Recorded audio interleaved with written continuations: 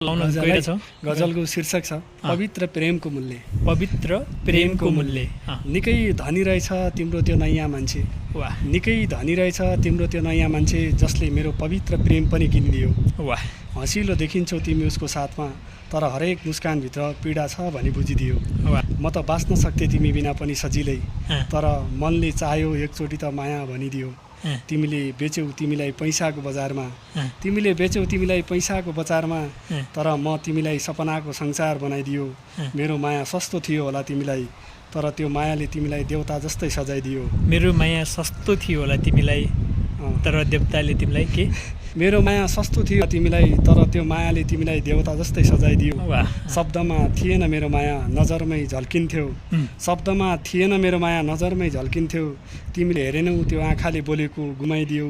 आज तिमीसँग छ होला सुन गाडी र बङ्गला आज तिमीसँग छ होला सुन गाडी र बङ्गला तर त्यही छैन त्यो आत्माले जसले तिमीलाई अङ्गालो हालिदियो।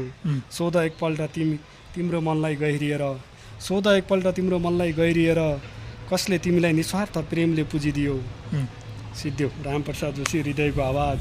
ल एकदमै मिठो गजल बुझिहाने कम छ। गजलको नाम पवित्र प्रेमको मूल्य भन्ने रहेछ।